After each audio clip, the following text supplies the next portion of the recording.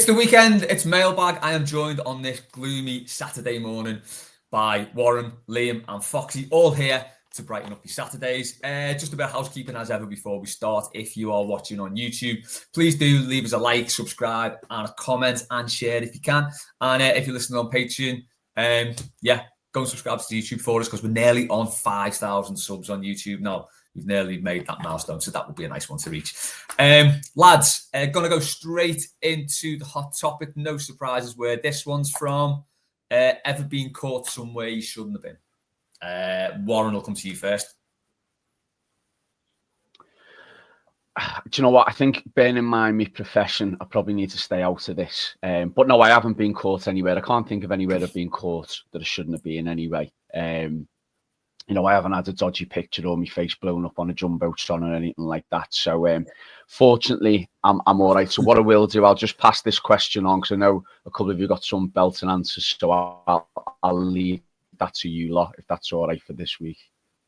All right, Foxy, you're up next. Good cop out that. I like it. Foxy, you're up next. Yeah. So same answer is no, but also something public domain I can probably share. I once went out for a Christmas morning walk with my father-in-law who's staying down at our house, and we decided to go to the pub for kind of a few drinks on Christmas morning. Lynn probably had me on a tracker at the time, so she could work out where we had gone, and sent some of the kids up to come and find us and kind of drag us out of the pub after being there for too long. So I was very much in the bad books at that stage, and I think a 3-hour Christmas morning walk is kind of tricky to get away from, isn't it? Hard it's to stretching. how like you've walked to like Derby or something from where we live, which is ridiculous. So yeah, that's what I'm prepared to share public domain. But being with the father-in-law, so Lynn's dad, didn't that sort of get you out the shit? It is. I mean, you got to keep him on side, haven't you? Yeah, no, I was meant to be the sensible one. He's known, and I would say he led me astray, and I was just trying to do the right thing, be the good son-in-law. I think I should have said no, and I failed. I'm with you on this. The father-in-law is hard to turn down. There's all sorts of politics involved in this. Yeah. I think he did the right thing. Yeah, Liam. Yeah, a couple of mine actually Everton related, a bit tamer, but unlike Foxy involves actually not going to the pub because I worked at a pub at uni and we were playing Bolton 06-07. I was put on shift on the Saturday and I'd asked not to be. And then I phoned up 10 o'clock in the morning. I was like, I've got really badly upset stomach. I've got diarrhea and stuff. And everyone was like, hey, Liam's not well.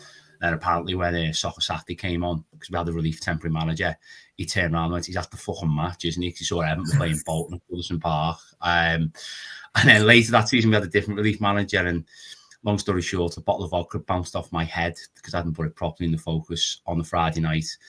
I went home a bit groggy, was off on the Saturday, but went the match on Sunday against Reading, despite saying I had a concussion. And then I go to the toilets, and one of the regulars in the pub, who goes maybe 2 matches a season, he stood next to me. And he's like, you all right? And the first thing he does is goes back to the pub and tells the manager, who thankfully is leaving on the Monday, that I was spotted at the match despite being concussed.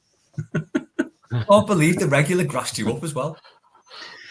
Do you know what? He wasn't the brightest. I remember he was once complaining he couldn't take back his 04-05 away shirt for the 06-07 one. He went, it's the white one. They'll just swap it. I didn't want to explain to him they were 2 years apart. So I was like... Did he think there was some sort of like shirt amnesty whereby... Well, no, I don't know. It had paint on it because he was a painted decorator. It had paint and all sorts. He was like, he went back to JJB to try and swap it. He was like, no. Strange. Good idea, though. Yeah. That's a good thing. Although, football shirts do just appreciate in value now, so you'd be doing yourself out, really, wouldn't you? Yeah. The bubble will burst eventually, won't it? I think. But at the minute, football shirt stocks are at a high. And we're all sporting good ones on this. If you're watching on YouTube, yeah, I think it's a good collection of shirts. If you're listening on the pod, I've got the cream Lecoq Sportif one, Stamford Bridge in the cup away. One has got last season's home. No, last season's. Is that last season's? Last season's, yeah. Last season's. Do you know what? I can't even think what this season's. Final Goodison home kit. Away. Yeah, last season's home. Foxy's got last season's away. And Liam, yours is 05-06 third kit never used. Yeah, it's one of our 3 third kits we've released this century that we didn't use. So there's my kit knowledge for the air. See, I love this insight you give us, that you just retain this information. What are the other two? Three kits this century. Yeah. What are the other two, Liam? Sorry. The 0304 one, which has just been re-released without Puma by the club because they've done the 0304 kits. Oh, the grey one. Yeah, which, by the way, if you ever look at Southampton's away kit from 0405, it's the same kit. They just put a Southampton badge on it.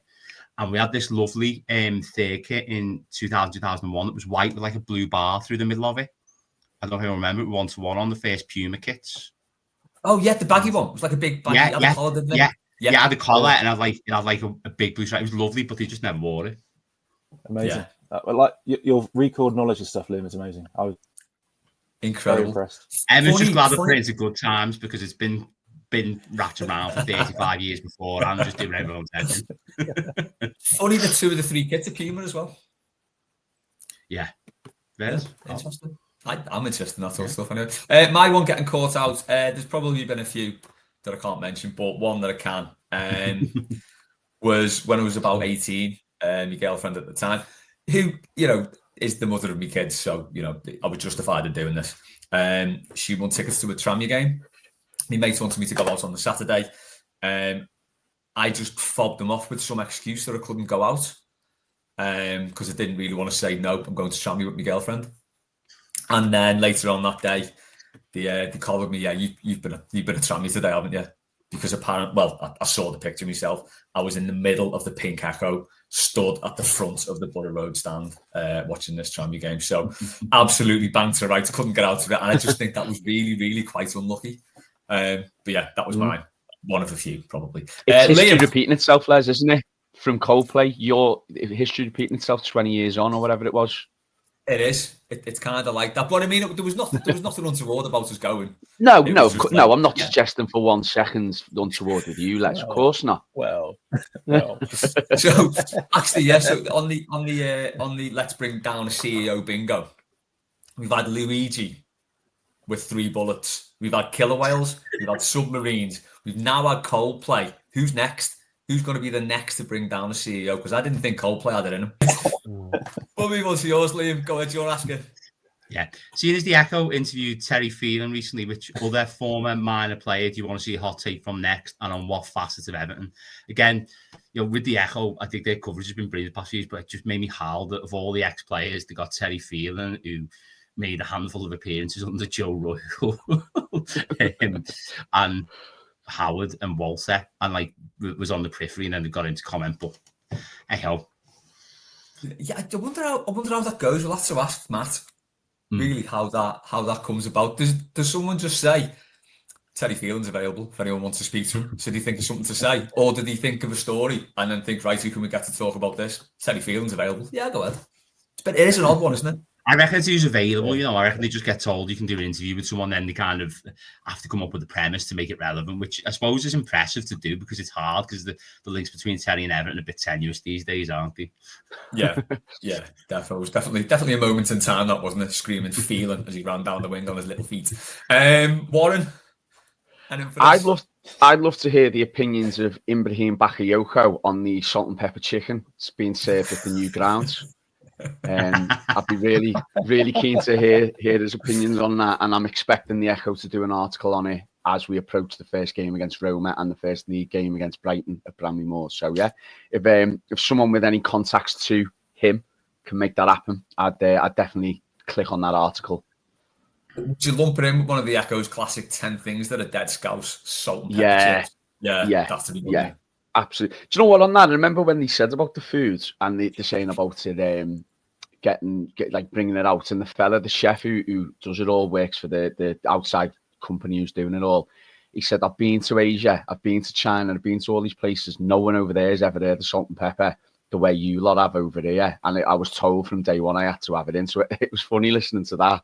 So yeah, lump it alongside an article, 10 things that are dead scouse as well. Yeah.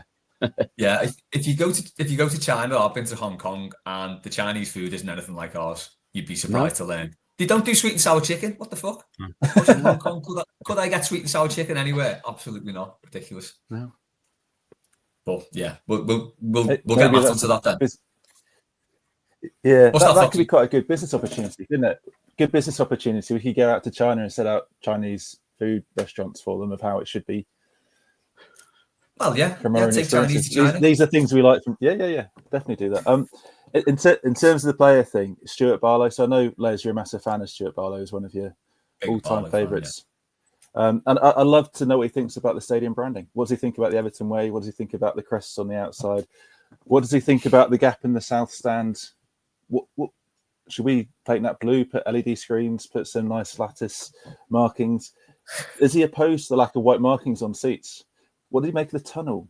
That tunnel that isn't quite of a Premier League high standard quality. Those are things that until he's spoken, I'm going to struggle to go. Frankly, I need answers from Stuart. And I think that's fair enough. Les, if you can make the hand, I'd appreciate it. The hot takes we need. Right, again, I'm sure Dave's probably got his number. Dave's got everyone's number. Dave's got all your numbers and you probably don't even know. I'm speaking to everyone listening there as well, by the way, not you four. I think mine would be Mark Pembridge on becoming an Everton All-Star in the most unlikeliest of events. Yeah. I wonder how far down the All-Star list he got before he picked up the phone to Pembo. It'll be the same. Teddy Phelan wasn't available that day, probably so. Terry Phelan's too busy on his press duties. It's looking like an interesting team, isn't it? That they're putting together for that Legends game. What is it? What I've only seen a couple. So Jan Mucker's in goal, isn't he? Yeah. Yeah, well, they announced yesterday, didn't he? Nate Smith, Pembridge, James Vaughan, and Andy Johnson. That's a lot of strikers. Yeah, I think McFadden's there. So slowest left wingers ever, Pembridge and McFadden. Slower left wingers than Corbyn and Zara Sultana announcing this fucking party. Anyway,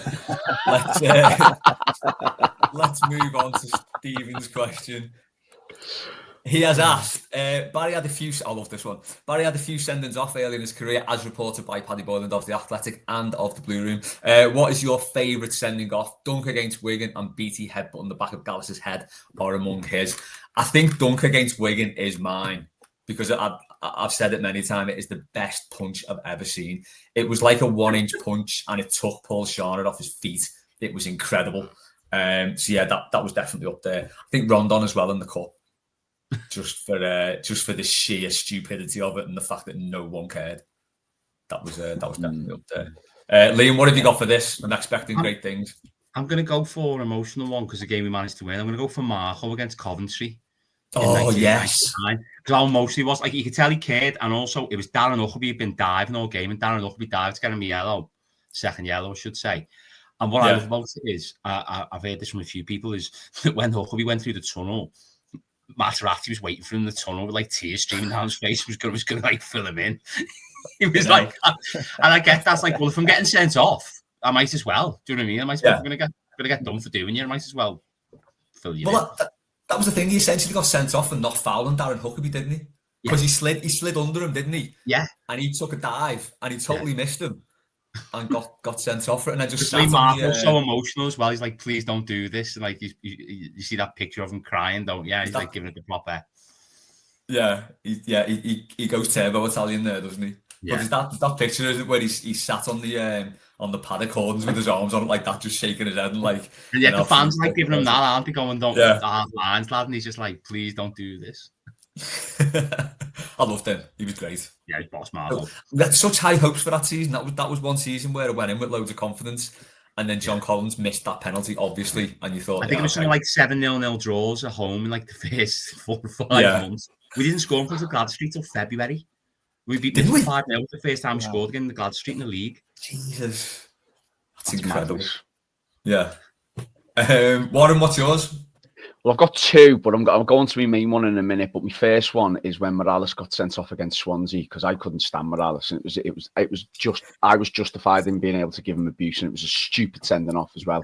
So that was great. But my favourite one, my favourite sending off was Ian Turner against Blackburn, because he got sent off, and then John Ruddy comes in.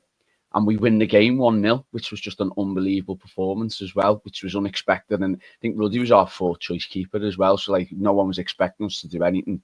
But, yeah, clean sheet, classic Goodison performance, back to the wall job. Yes, I think a sending off that led to something positive. I think that's my favourite one. It's a good spin on it. I think Kevin Morales has got to be my favourite non-sending off on Suarez. Yeah, well, I'll give him that. 2 red cards that game. That was just incredible. He was just one of them players that I didn't see. Yeah, he was good, but just didn't do it for me. Belgian I don't Beaker, know. you call him, don't you? Yeah, the Belgian baby or the Buckeye Belgian. Yeah. Yeah. I've got a lot of love for Morales still, you know. I thought he was great. You know, the penalty thing aside. Yeah. And That's didn't he get probably sent off soured against it. West Ham as well? Yeah, that was so needless when he was already on a yellow and we just did someone. You're like, come on, mate. Was that 17 minutes in? Was that the Nias game? Yeah, that was in the ass game. So we go 2-0 up, wasn't it? Yeah. miss a pen with 10 men. That's when Roberto goes, I know what I need to do. I need to chuck another striker on here. And then when West Ham went 3-2 up, there was a young lad on our row. I've never seen anyone go so red in my entire life with anger. I mean, someone said to me, calm down, it's all right. That's how bad it was. This fella was just screaming. Well, I found out recently, like both kids, that's one of their earliest Goodison memories. That game, both of them clearly remember it. It's like, you know, proper like that's what it's all about, isn't it? Yeah. Foxy. Yeah, my memory is like the opposite of Liam's. I barely remember things from last season, the season before. So I'm going to say it, and I hope I've actually got this right. So in my memory, Branthwaite was sent off against Brentford a couple of seasons ago when we lost. Yes, at home. Is that right? Good. Yeah. Otherwise, the rest of this doesn't make any sense. So he was sent off. It was when Branthwaite was still a bit shit, and before he went on loan to PSV. I got that right? Yes. Yeah, and then. So I'm fully on this now, fully on it. So he got sent off against Brentford. I wonder if he wasn't sent off against Brentford, would we have kept him on for the season and been a bit part player? Did that sending off lead him to go on loan to PSV, get that incredible year's experience, and then come back as the player he is today? So that's my Foxy. That's a nice one. Logic. Great. You might have stumbled on something there, yeah. If you remember as well, we should have had a penalty about 10 seconds before that because Richarlison got his shit. It was so blatant, wasn't it? Yeah, and then they just lumped it upfield, didn't he? And Branthwaite just like sort of just tripped him. Really, it wasn't a bad foul, was he? Just took him out. He got the wrong side of him, didn't he? And he just came in and goal and his Well, that's it, I suppose. Before he became like got his regular berth in the side, the two things he did was his first appearance. He gave away a free kick to Wolves, didn't he? And he scored off it. I think he'd been on the pitch about 30 seconds, and that. Yeah. Mad. Not a great start, but what a guy. Ian has asked, hi guys, hope you're all well. I love how Ian like puts that on the start of them. Nice one, Ian. Nice fella, isn't he? That is. If you could have scored any Everton goal in any game, which one would it be? Barry Horn against Wimbledon on the last day for me. Good shout, that. Yeah, do you know, that's just made me think, actually, it's not, maybe it's not just about the goal and the significance of the goal and where it is. Hitting that Barry Horn shot would have felt so good. As soon as that leaves your boot, you'd be like, oh come on. That's it. Yeah, that would have been wonderful. Like, Foxy? It's probably my greatest Everton memory, which is quite sad, but the DCL goal against Palace. And you know I'm a fan of DCL. I'm still mourning that he's no longer with the club. But that header, it's not the greatest finish in the world, but what it meant, and just the eruption, relief, emotion, everything that went into that with the fans and celebration, whatever. Yeah, that was sadly probably my greatest moment. It was a pretty perfect Everton goal as well, wasn't it? Diving header at the street end from the number 9. Yeah. I was in the lower Billings, right behind Gray, so I had a perfect line of sight behind him as he whipped it around, and awesome. Yeah. Just as a little aside, so do you remember the story of the fella who lives by me? He's got a Liverpool flag on a flagpole. Mm-hmm. It's by the bypass to the motorway, and when Van Dijk did his knee in, he put it at half mast. Right. So he kept his flag at half mast for the entirety of that season when he did his knee in. Right. I noticed last week. I was walking past last week, and he put his flag at half mast again with Jota, which is fair enough. But he's already put it back up. So Van Dijk's fucking knee got a full season. Jota, who actually died, got about 10 minutes. Got a full season? Yeah, Van Dijk's knee got a full season. That flag was half mast for the entire time he was out. Yeah, an Everton goal was scored. There was a few I thought of, and like I've always loved the idea like score like a boss one from distance, but I'd just love to score one that caused a massive bounce. So I'm going to go for it's one for the younger listeners again, and I'll go for Leon Osman against Portsmouth. No 405. Do you know he just like swings his left foot at it and it just goes absolutely apeshit? I think it's like wow, great shout. 5th of Jan 2005. I remember it's a couple of days before my birthday. But like it was a midweek game and we were struggling a little bit to get 3 points. And it's great technique, but you just see Shaka Hislop just looking at it and Goodison just goes absolutely crazy because it's literally like the last kick of the game, isn't it? Yeah. I tell you what, Leon Osman's Larissa one would have been satisfying as well. Oh yeah. That little step up and thump it. Yeah. Oh, I have one complaint about that though. And say this to me. It's the goalkeeper not diving. I like to see the goalkeeper dive. Like I know he's beaten, but I feel like it just takes a bit of the sheen off a goal. Yeah, the goalies have got a part to play in goals that they concede. They should at least try. They should know this. Yeah. They should know if someone's hit a screamer, at least go for it. Unless it's one of those free kicks that it's the post and they just do that. That's acceptable from a free kick, I think. That is fair, yeah. But an open play, you've got to make an effort. Yeah. Warren, what's yours? So I'm with you a little bit on the aesthetics of a goal in terms of how clean you strike a ball and how it feels for the individual. But I think for me, Jelavic against City maybe, but the one I would have loved to have scored. Imagine being a Wobie at the Newcastle game that season, putting the ball in the back of the net in the 98 minutes. I mean, talk about it going off and talk about it sending off as well in the game, which shouldn't have happened. That was something else. That and everything what went on in the game, obviously with our Prince Louis and going down to 10 men, 12 minutes injury time, whatever it was. The season it was as well, where we had them 3 points were huge in the end as well towards the end of the season. So yeah, I think and to beat Newcastle as well, to do that against them who were singing what they were singing and all the dinosaur T-Rexes and everything and all that. That was I would have loved to have scored that. That went off that night, didn't it? That was brilliant. That was class. I think like anyone who's ever played football at any level, I'm talking five-a-side or anything, that feeling that Iwobi would have had, when you're through and you're just going to slot it there and it's getting past the keeper. And that feeling you get when you think, I'm going to score here. He must have had that because he was in that much space and like, fuck, this is going in. And it would have been incredible. Yeah, would have been so good. Yeah. And I remember Everton put out a video with it was a camera shot of it was facing the Gladys, but it was facing the Everton bench. You've probably seen this, and Richarlison's off at the time, he'd been subbed.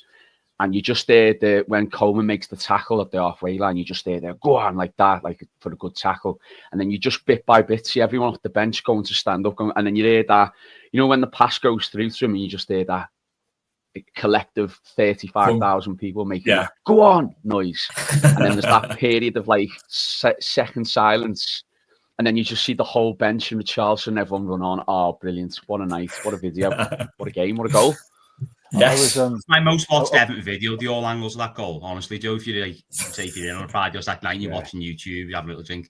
I don't know why that's just the one I go to because the bounce from it is just like, what you talk about the dinosaurs. What is even better is the Pickford didn't even play. Begovic played and kept a clean sheet. Dinosaurs on the pitch. Yeah. I was at home for that game. And I think the goal must have gone in like 10:30 at night because it's quite a late kickoff, wasn't it? It's quite a late goal. Yeah. I had neighbours messaging me to see if everything was all right. The amount of noise I made. And I was trying, because I had kids asleep upstairs, so I was trying to be discreet at the back. I completely lost it. And I had neighbours, is everything all right? Yeah, no, it's fine. Iwobi scored. What? Yeah, that was good. I think my one, and I might sound a bit small time with this, but I think it'd be Jagielka at the Kop. Nah, it's unbelievable. That was nice. Just for the sweetness of that volley. Like I said before, as soon as he connects with that, he's thinking, oh my God, this is it. But Bonnie's just showing the all angles of the Iwobi goal. Where's that gone? No, where are we? Sorry to interrupt your story, Les, while I was showing that. Yeah, I just think as well, the only thing I would have done different from Jagielka is I would have done the Kevin Sheedy celebration to the Kop, where he gives him the V's, definitely. I like the Lescott one, What's I like that? the once the cop, Joe, where Lescott just like stands there in front of the cop when he scores in the cup. I like that. Yeah. And Chaos on his back, and he's just like, "Come on, that's it." I like that as well. Yeah. There's just no comeback from anyone. They haven't done anything. No. Just fronted them. No. It's quite nice. Toffee knows who will play more often at Bramley Moor, Paul McCartney or Nathan Patterson? Good question. We'll just have the quick fire answer for this. I'm going to say Paul McCartney. Liam? Markery's better on the wings. Hey. It's a good one. Nice and clean and friendly as well. I'm going to keep my faith in the lads who I've tipped ever since he signed to eventually come good, and I've still got the faith. Nathan Patterson, it's going to be his breakout season. He's still young, remember.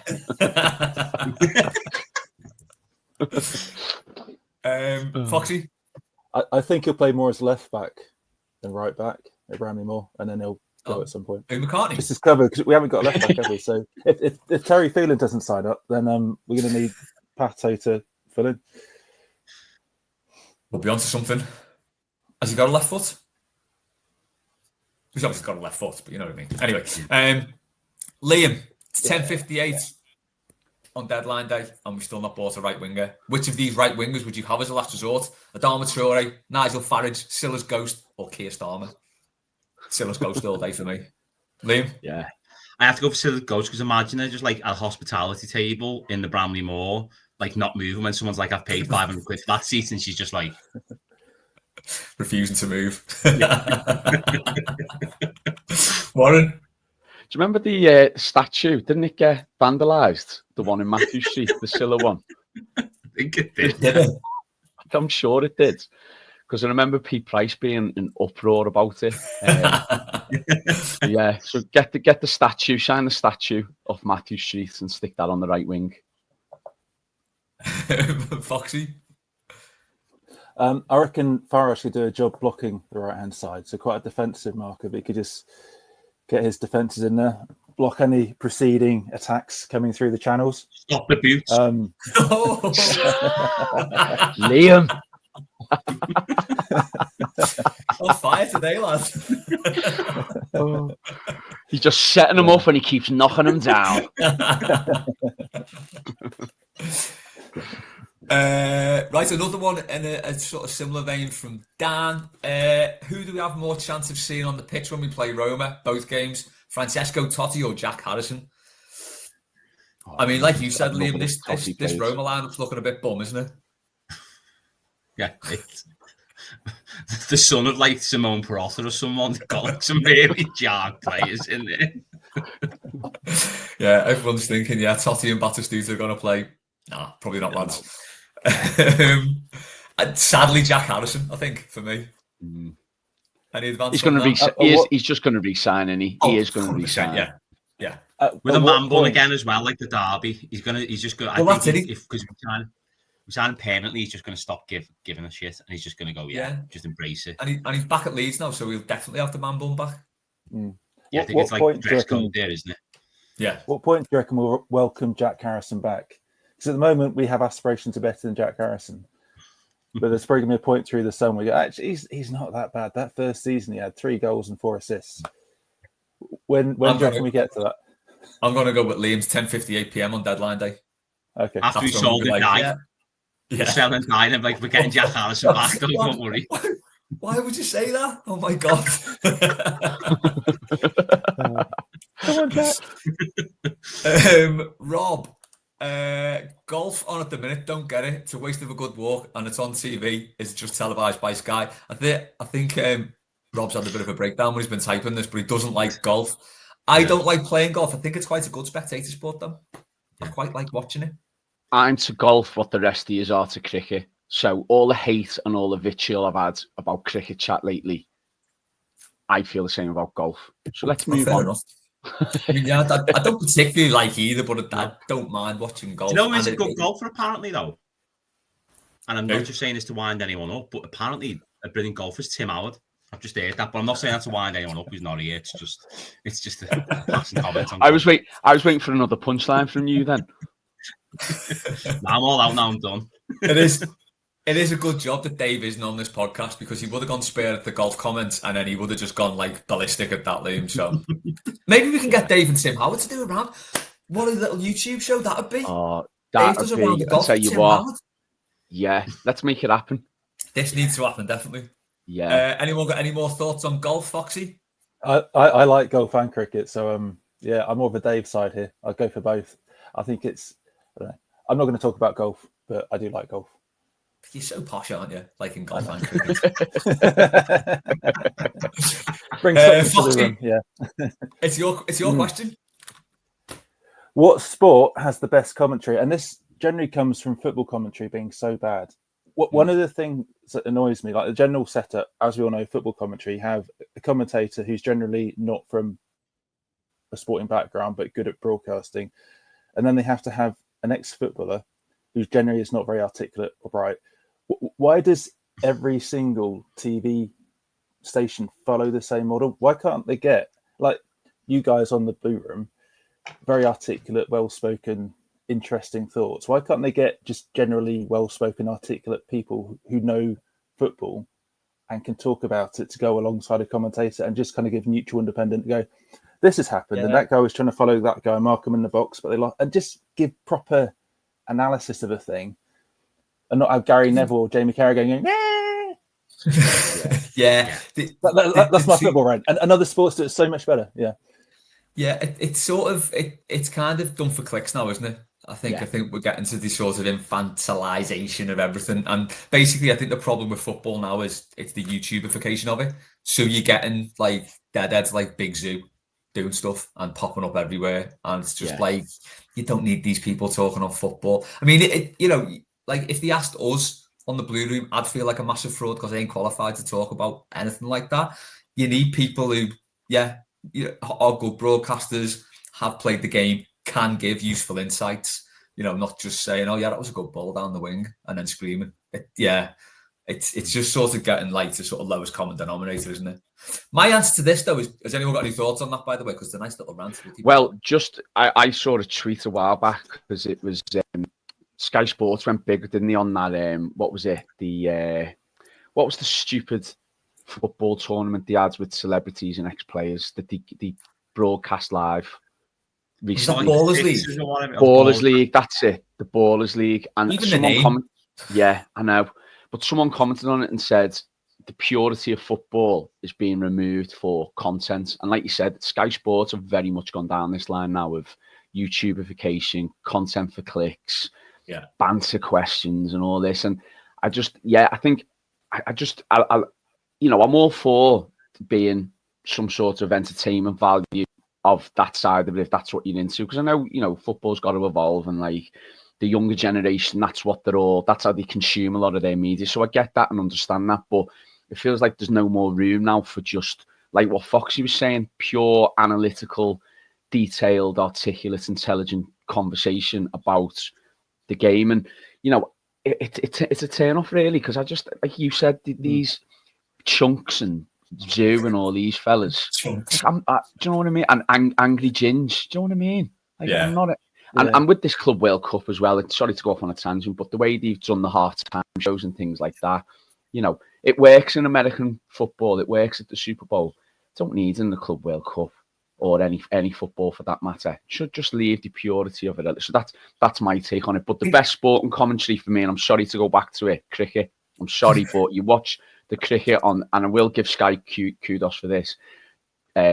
Nasser Hussain, Michael Atherton, all them, those cricket fans out there, when you watch the test match or you watch any form of cricket, they talk so well. And for someone who likes the cricket but maybe not an expert, they explain things and detail things, and they talk about it really, really well. So from even if you're not a cricket fan, from a pure sort of detailed commentary team, cricket's definitely the best sport, I think. That's got to be half the thing, hasn't it? Particularly with like a complicated game like cricket, because I find it complicated. Maybe it's not, but if you've got people who can explain what's going on and just break it down for people who maybe don't know, but then you're not insulting the intelligence of the people who do know, that's the skill, isn't it? And you just don't get that in football. It's just all hysterics.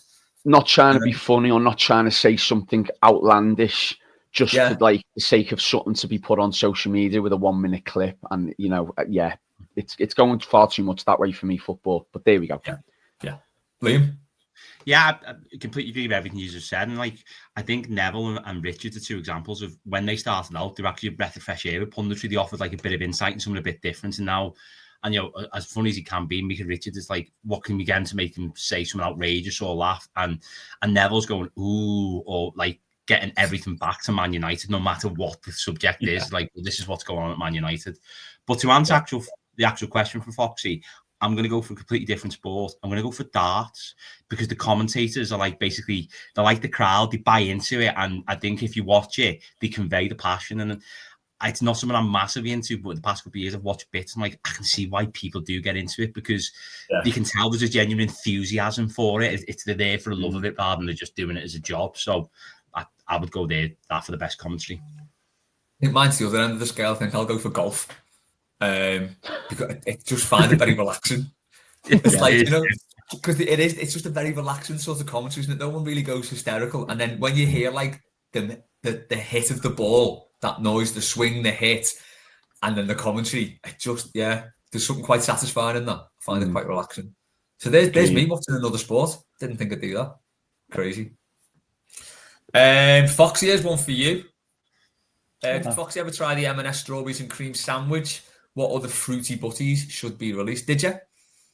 No, but I have not that one per se. Not that one per se, but I have made a strawberry jam with lashings of butter sandwich, which is kind of the same thing, but without going to the shop. And naturally, I had Branston pickle in it as well, just to kind of add a bit of pickle flavour to it. Just a bit of tartness into it, yeah.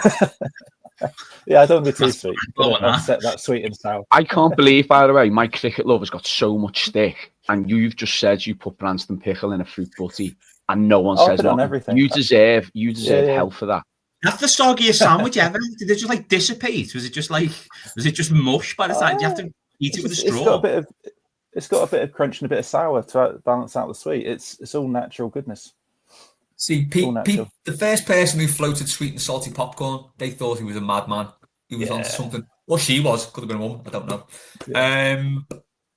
Yeah. Other fruity butties, banana and peanut butter for me. Banana and chocolate with, obviously, pickle. Those are winning combinations, the sweet, the sour, the crunch. Perfect. I think we had a question similar. Yeah, I'm getting angry here. He's got a face of absolute disgust here. I'm getting angry. I think there was a similar question to just walked into his house. No, the camera would be on their silence if that happened. There was a similar question to this a while back because I remember saying I love banana on toast with raspberry jam. Splendid. Yeah. Oh yeah, decent. Yeah. Liam, any advance on this? Do you know what? I didn't really think of this question, but do you know what I'm going to go because it works well? Fruit. I'm going to go for a gammon and pineapple butty because pineapple on gammon is quite nice. So have it as a butty, little baguette. That'd be nice, wouldn't it? Yeah, be all right. That brie and grape. There you go. For the classiest ones amongst us. Donners has asked if you wrote your autobiography, what would the title be, Warren? How my love for cricket got me in trouble. But I've never been anywhere it shouldn't be. Yeah, never been anywhere it shouldn't be. Yeah. Foxy. Try hard. And then the sequel for the second part is like try harder. Try hard too. Liam. Have I ever told you? Because I like to repeat my stories. That's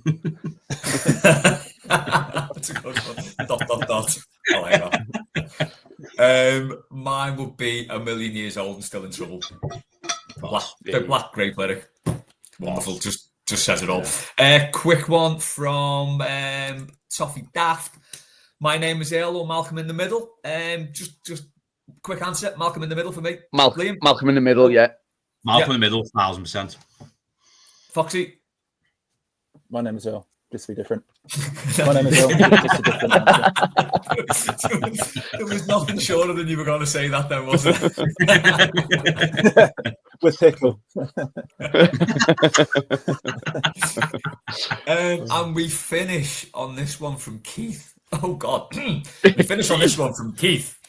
Get Dargan to rate Robbie Williams albums in order of most to least favourite, please. I'll speak for Dargan here and say they're all shite, basically.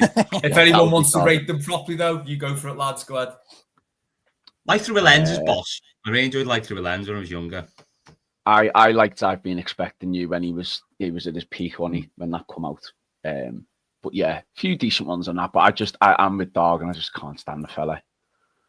I'm with you. Yeah. Foxy? I think he's boss. Well, my honest answer on Robbie Williams, or the answer I give. So my honest answer, I can't stand him, but it's not the answer I've been promoting on this in the pool. So I think it's amazing. you should save this. What are your thoughts on Jonathan Wilkes? Johnny Sins or Jonathan Wilkes? Which means Jonathan Wilkes. Jonathan Wilkes. Johnny Sins. I mean, that seems as good a place as any to end. That has been it for this week's mailbag. We got there eventually. We had some teething problems at the start, but you won't hear that because we're going to cut it out because we're quite the professionals these days. So thanks to Warren, thanks to Liam, thanks to Foxy, thanks to everyone who sent questions in. We will catch you next time on Mailbag.